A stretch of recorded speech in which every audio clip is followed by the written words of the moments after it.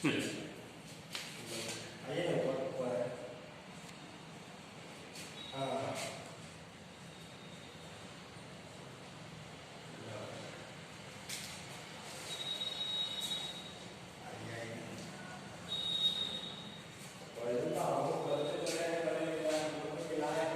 first chapter of 10th class is chemical reaction and its equation. ठीक है, तो chemical reaction, what is the meaning of the chemical reaction and also its equation? तो chemical reaction,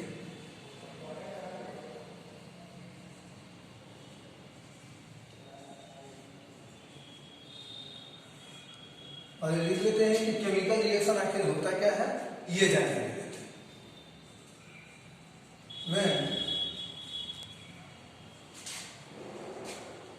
Reactant react and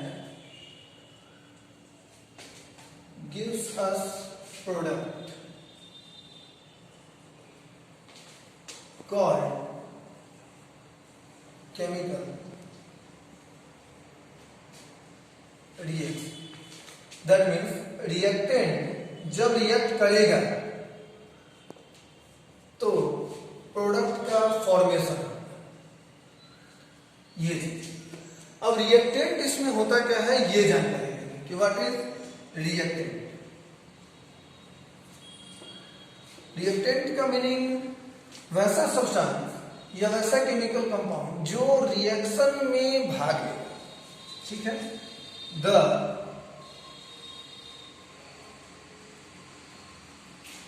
chemical substances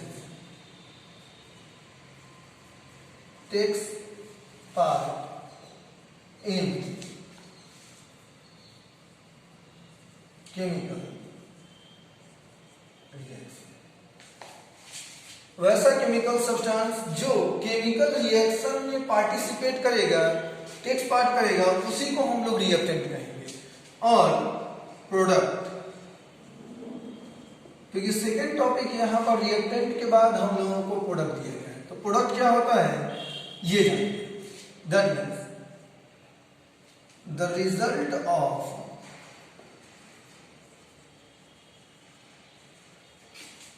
chemical reaction called product. सबसे most important चीज यही कि जब कोई रिएक्टेंट रिएक्ट करेगा तो प्रोडक्ट का फॉर्मेशन होता है, और रिएक्टेंट होता क्या है तो वो किसी भी केमिकल सब्सटेंस के रूप में रहता है, और ये आपको केमिकल रिएक्शन में टेक्स पार्ट करेगा, केमिकल रिएक्शन में पार्टिसिपेट करेगा। और साथ ही साथ प्रोडक्ट आपका क्या है, तो प्रोडक्ट आपका रिजल्ट होगा कि जब रिएक्टेंट रिएक्ट करने के बाद क्या बनाया, ये चीज आपको जानकारी प्रोडक्ट देगा। दैट मीन्स कि केमिकल रिएक्शन का मीनिंग हम लोग प्रीवियस क्लासेस से पढ़े हैं कि new substance is to be formed. ठीक है, तो हमेशा जब भी रिएक्टेंट पार्टिसिपेट करके फॉर्मेशन करेगा तो एक नया सब्सटेंस का फॉर्म होगा, जिस सब्सटेंस को हम लोग प्रोडक्ट बोलेंगे। अब ये साइन जो है, इस साइन को क्या बोलते हैं, दैट मीन्स कि कोई केमिकल रिएक्शन को अगर हम लोग लिखते हैं तो इस फॉर्म में लिखते हैं। ठीक है, बताने के लिए कि रिएक्टेंट से प्रोडक्ट का फॉर्मेशन होता है। ये साइन जो है, ये एरो साइन इंडिकेट करता है आपको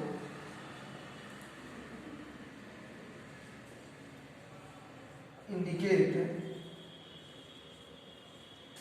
रिएक्शन, यानी कि रिएक्ट साइन को इंडिकेट करने के लिए हम लोग जो है इस तरीके का एरो का फॉर्मेशन करते हैं। बट फॉर्मेशन दो तरीके से होता है किसी भी केमिकल रिएक्शन में, दो तरीके से।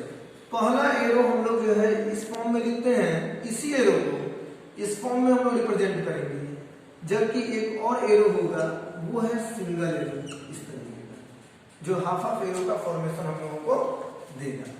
ये वाला जो है ज्यादातर कौन से रिएक्शन में हम लोग, यानी कि किस तरीके के केमिकल रिएक्शन में हम लोग शो करते हैं, तो ये कहा गया है कि ये इरिवर्सिबल रिएक्शन होगा। Irreversible reaction, that means irreversible chemical reaction में ये शो करेगा। दैट मीन्स कहने का सेंस कि अगर रिएक्टेंट से हम प्रोडक्ट का फॉर्मेशन कर देते हैं, reactant react and gives us product, ठीक है, लेकिन आप प्रोडक्ट से दोबारा रिएक्टेंट नहीं बना सकते। ये इरिवर्सिबल साइन का यही मीनिंग होगा। बट रिवर्सिबल साइन का मीनिंग, ये साइन जो है उसको हम लोग रिवर्सिबल साइन के रूप में देते हैं, या रिवर्सिबल रिएक्शन, चूंकि रिएक्शन के तौर पे है। और इसमें क्या होता है कि रिएक्टेंट को हम लोग प्रोडक्ट में कन्वर्ट करते हैं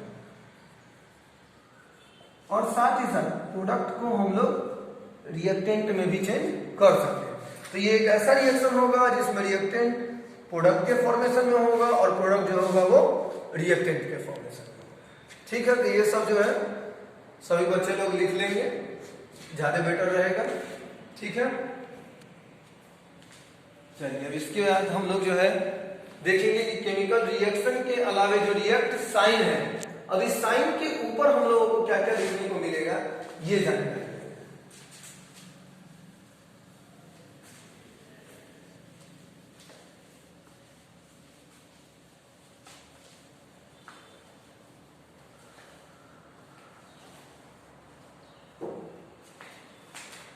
अब यहाँ पर रिएक्ट साइन के ऊपर में कभी कभी हम लोग देखते हैं कि डेल्टा का साइन दिया रहता है, कभी किसी भी कंपोनेंट्स या किसी भी एलिमेंट्स का यहाँ पर यूज किया जाता है। दैट मीन्स कि ये ऊपर में जो रिएक्ट साइन का यूज किया जा रहा है आखिर ये है। दैट मीन्स डेल्टा साइन जो होता है वो हीट के लिए हम लोग देते हैं, रिवर्सिबल इरिवर्सिबल सब चीज हम लोग देते हैं, लेकिन यहाँ पर असल मायने में इसके ऊपर में जो भी चीज लिखा रहता है उसका मीनिंग क्या है, तो उसको हम लोग जो भी ऊपर में लिखा रहता है, तो ये वाला टोटल चीज को जो इसके ऊपर लिखा रहेगा उसको हम लोग कैटलिस्ट बोलेंगे। आखिर ये कैटलिस्ट होता क्या है, ठीक है, तो कैटलिस्ट के बारे में कैटलिस्ट क्या होता है? दैट मींस कि एक ऐसा केमिकल सब्सटेंस जो हम यूज करेंगे, क्योंकि केमिकल रिएक्शन से रिलेटेड पूरा बात होगा तो हम लोग जब भी डिपेंड करेंगे तो वो केमिकल रिएक्शन या केमिकल सब्सटेंसेस पे ही बात करेंगे। इसमें यहाँ पर कैटलिस्ट आखिर होगा क्या, तो कैटलिस्ट के बारे में कहा जाता है कि ये रेट ऑफ रिएक्शन में भाग लेगा। दैट मींस आपके रिएक्टेंट के साथ ये मिक्स जरूर होगा, लेकिन जब प्रोडक्ट बनेगा तो ये कैटलिस्ट का किसी भी तरीके का इस प्रोडक्ट में रोल नहीं होगा। केवल आपको कैटलिस्ट का एक ही काम है कि रेट ऑफ रिएक्शन को या तो ये बढ़ाएगा या घटा देगा। तो आपको अलग अलग रिएक्शंस है जिसमें हम लोग कभी कभी देखते हैं कि कुछ ऐसे रिएक्शंस जो बहुत तेजी से हो जाते हैं, कुछ ऐसे रिएक्शन जो बहुत ही स्लो डाउन होते हैं। तो उस तरीके के रिएक्शन को स्लो डाउन करना या फास्ट करना मेरा कैटलिस्ट का काम है।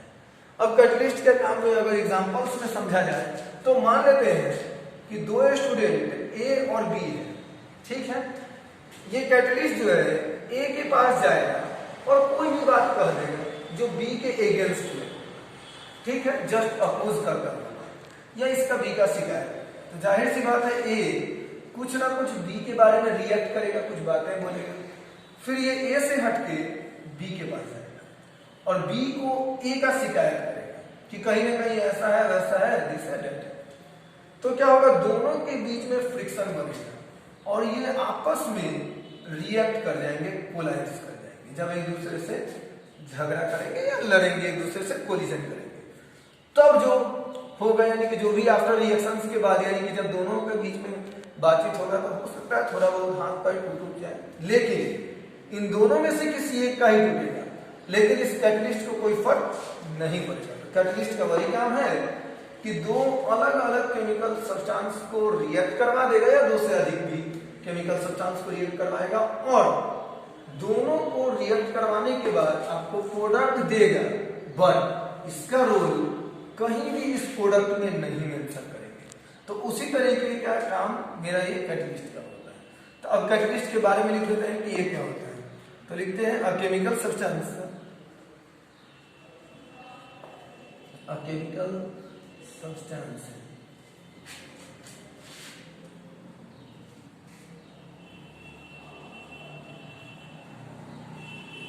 define the rate of chemical reaction।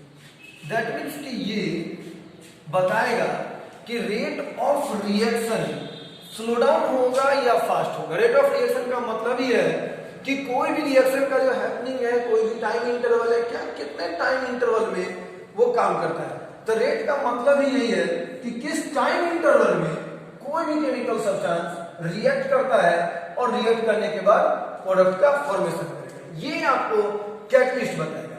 अगर कुछ रिएक्शन अगर मान लेते हैं तेजी हो जाता है और कोई रिएक्शन बहुत ही स्लो डाउन होता है, तो इसमें दो अलग अलग तरीके के कैटलिस्ट का काम होता है।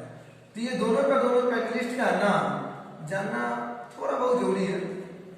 लेकिन पहले जो रेट ऑफ रिएक्शन को फास्ट करेगा, तो ये जो फास्ट करेगा उसका नाम है प्रोमोटर। ये क्या काम करेगा, तो इसमें रेट ऑफ रिएक्शन आपका फास्ट होगा। दूसरा है आपका इसी में पॉइजन आता है, और ये आपका रेट ऑफ रिएक्शन को स्लो डाउन करेगा। ये याद रहना चाहिए। दैट मींस कि दिस कैटलिस्ट जो होगा वो इंप्लीमेंट करेगा फास्ट रेट ऑफ रिएक्शन को, जबकि ये आपका रेट ऑफ रिएक्शन के रेट को थोड़ा सा कम कर देगा। दैट मींस कि इसमें मिनिमम टाइम इंटरवल में रिएक्टेंट से प्रोडक्ट बनने का चांसेस सबसे अधिक हो जाएगा, जबकि इस वाले में अगर देखेंगे तो टाइम इंटरवल अधिक से अधिक की होगा। दैट मींस आप एक और चीज लिख सकते हैं कि इसमें टेक्स मिनिमम टाइम इंटरवल। ये सबसे इंपॉर्टेंट प्रॉब्लम होता है कि बहुत ही मिनिमम टाइम इंटरवल में ये अपने रेट ऑफ रिएक्शन को शो करके रिएक्टेंट से प्रोडक्ट का फॉर्मेशन करता है। बट पॉइजन जो होता है वो स्लो डाउन करता है रेट ऑफ रिएक्शन को। दैट मींस कहने का सेंस कि जब ये टेकिंग पार्ट करेगा, दैट मींस कि ये इंप्लीमेंट करेगा जब रिएक्टेंट को, तो जो रिएक्टेंट से प्रोडक्ट बनने का जो चांस है वो बहुत ही टाइम इंटरवल मैक्सिमम मिलेगा। दैट मींस कि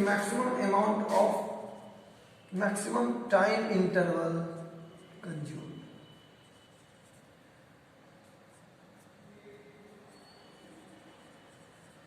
यहां पर अधिक से अधिक टाइम इंटरवल ये टेक करेगा। ठीक है, इसको लिख लेना है।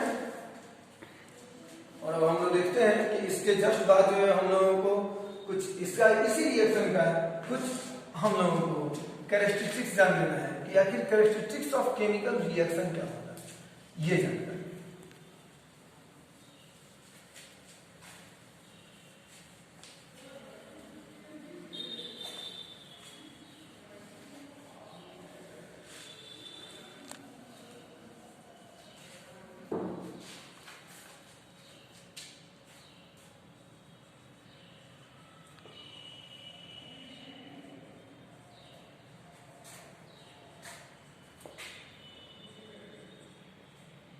Characteristics of chemical reaction. किसी भी केमिकल रिएक्शन को अगर हम लोगों का इसके खुद के व्यवहार को देखना है कि आखिर इसका व्यवहार किस तरीके से जो रिएक्शन के बाद, दैट मींस कहने का सेंस इसमें भी मेरा वही आएगा, reactant react and gives us product. तो ये सभी का जितना भी है हमको, ये सभी में रिएक्टेंट रिएक्ट करेगा और प्रोडक्ट का फॉर्मेशन देगा। But characteristics of chemical reaction is always dependent on the nature of the product। ये हमको मान के चलना पड़ेगा। कहने का सेंस कि केमिकल रिएक्शन में कोई भी चीज, कोई भी केमिकल्स अगर टेक्स पार्ट कर रहा है और वहां से प्रोडक्ट का फॉर्मेशन अगर होता है, तो ये प्रोडक्ट का फॉर्मेशन ही डिसाइड करेगा कि आपके रिएक्शन का कैरेक्टरिस्टिक्स आखिर है, नेचर क्या है, बिहेवियर क्या है, खुद केमिकल रिएक्शन का। ठीक है, तो इसी नेचर के बेसिस पे, यानी कि इसी बिहेवियर के बेसिस पे जो कैरेक्टरिस्टिक्स है केमिकल रिएक्शन का, उसमें हमको कुछ एक्स्ट्रा चीज जानने के लिए मिलेगा। जैसे पहला कैरेक्टरिस्टिक्स दिखता है इवोल्यूशन ऑफ गैसेस, यानी एक तरीका भी है कि आपको केमिकल रिएक्शन को पहचानने का, कि आप किसी भी केमिकल रिएक्शन को कैसे आइडेंटिफाई कर सकते हैं कि ये किस तरीके के बिहेवियर शो करता है। That means evolution of gases यहां लिखा है, इसका मतलब है कि रिलीज, यानी कि गैसेज जो है इस तरीके के केमिकल रिएक्शन में एक्सचेंज होगा। दैट मींस कि रिलीज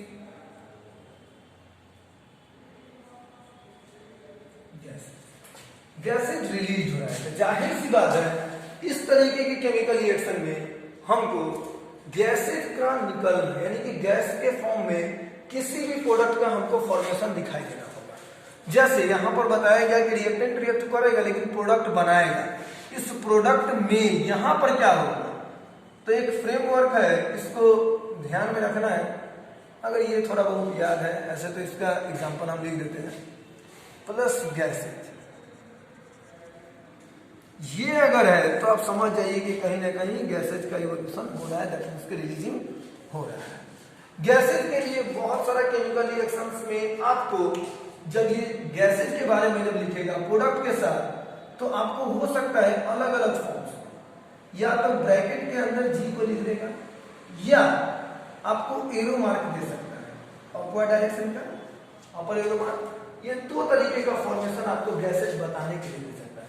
लेकिन अब इन दोनों में डिफरेंस थोड़ा सा क्या होगा, ये डायरेक्ट बताता है कि गैसेज रूप में वहां फॉर्म हो रहा है, लेकिन ये बताता है कि इवापोरेट हो गया, उसकी वेपर स्टेट में ये चेंज हो रहा है। ठीक है, अब यहाँ पर अगर हम लोग देखना चाहेंगे तो इसमें हम लोग जैसे एग्जाम्पल के तौर पे HCl react with zinc added,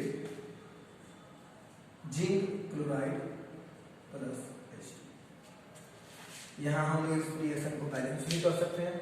अब यहाँ पर क्या होगा कि ये दो हाइड्रोजन और दो क्लोरीन यहाँ पर है, जिंक हम लोगों को पता है कि जिंक का जो वैलेंसी होता है वो 2 होता है और क्लोरीन का 1 होता है। जब इन दोनों का फॉर्मेशन होगा तो ZnCl2 ही कैसे लिखे ये जानिए।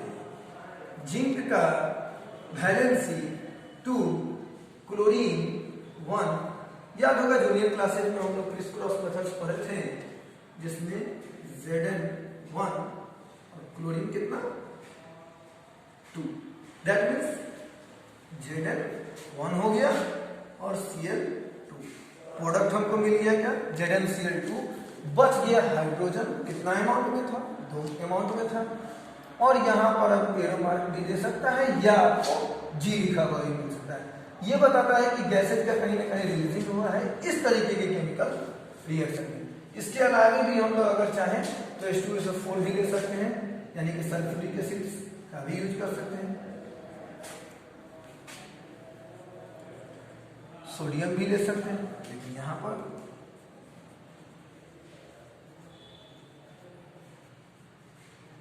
फिर वही जो रिलीजिंग होगा ये आपको बताएगा कि केमिकल रिएक्शन में हाइड्रोजन और सल्फेट ये अलग अलग आयन सोडियम से रिएक्ट करने के बाद सोडियम के साथ इसका फॉर्मेशन हुआ और हाइड्रोजन रिलीज हो गया।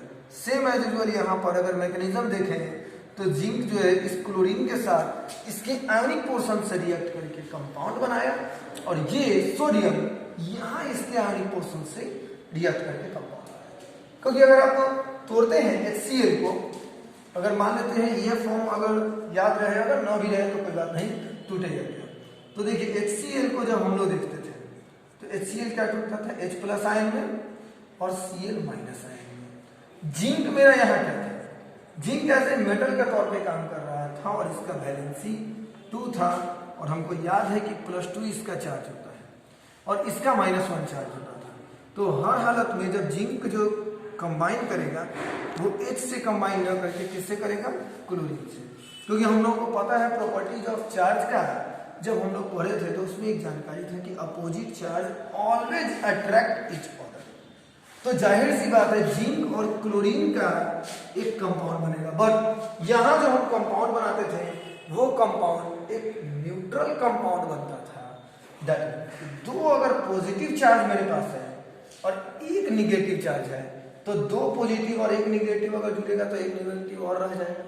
इसी कारण से हमको यहाँ पर एक्स्ट्रा अमाउंट ऑफ चार्ज का जरूरत पड़ा, जिससे कि अब यहाँ पर क्लोरीन के पास भी 2 चार्ज, जिंक के पास भी 2 चार्ज, लेकिन दोनों चार्ज कौन कौन, एक पॉजिटिव चार्ज और एक नेगेटिव चार्ज। जब ये दोनों कंबाइन करेगा तो हम लोगों को नेट चार्ज, फिजिक्स वाले सर बताए होंगे कि नेट चार्ज का मतलब दैट मींस कि total number of positive ions and total number of negative ions को आप ऐड करें। Total number of positive ion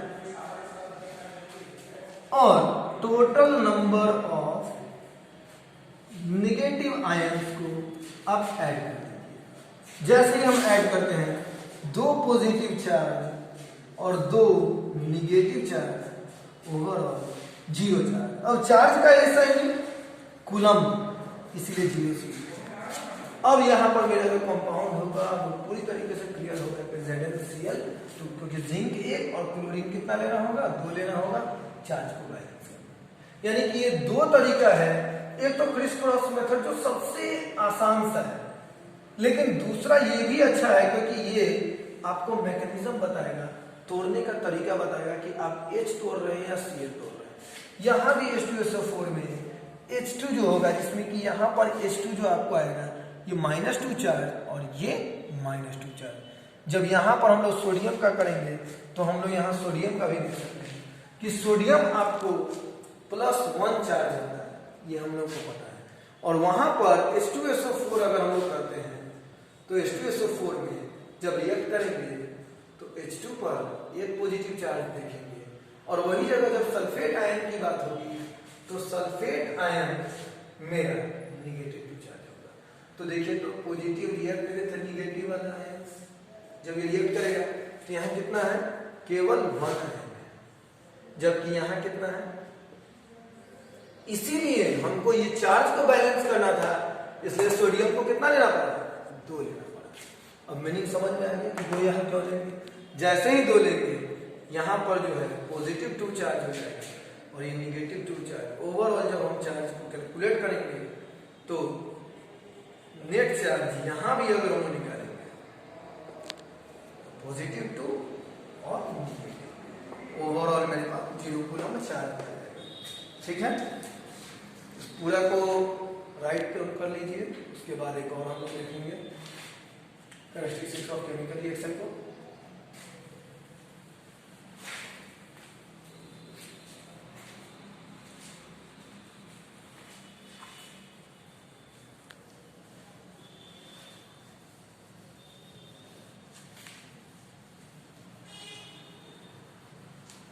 और कुछ केमिकल्स का नाम आप लोग याद करते चलिएगा, जैसे एटॉमिक नंबर 1 to 20 जितने भी एलिमेंट्स का नेम होगा विद सिंबल, ये याद रखिए। अब एक और देखते हैं कैरेक्टरिस्टिक्स में सेकंड नंबर पे मेरा आता है, जिसमें हम लोगों को दिखाया गया और बताया भी गया, ऐसे तो जूनियर क्लास से ही हम लोग पढ़ते आ रहे हैं कि चेंज इन कलर, याद है।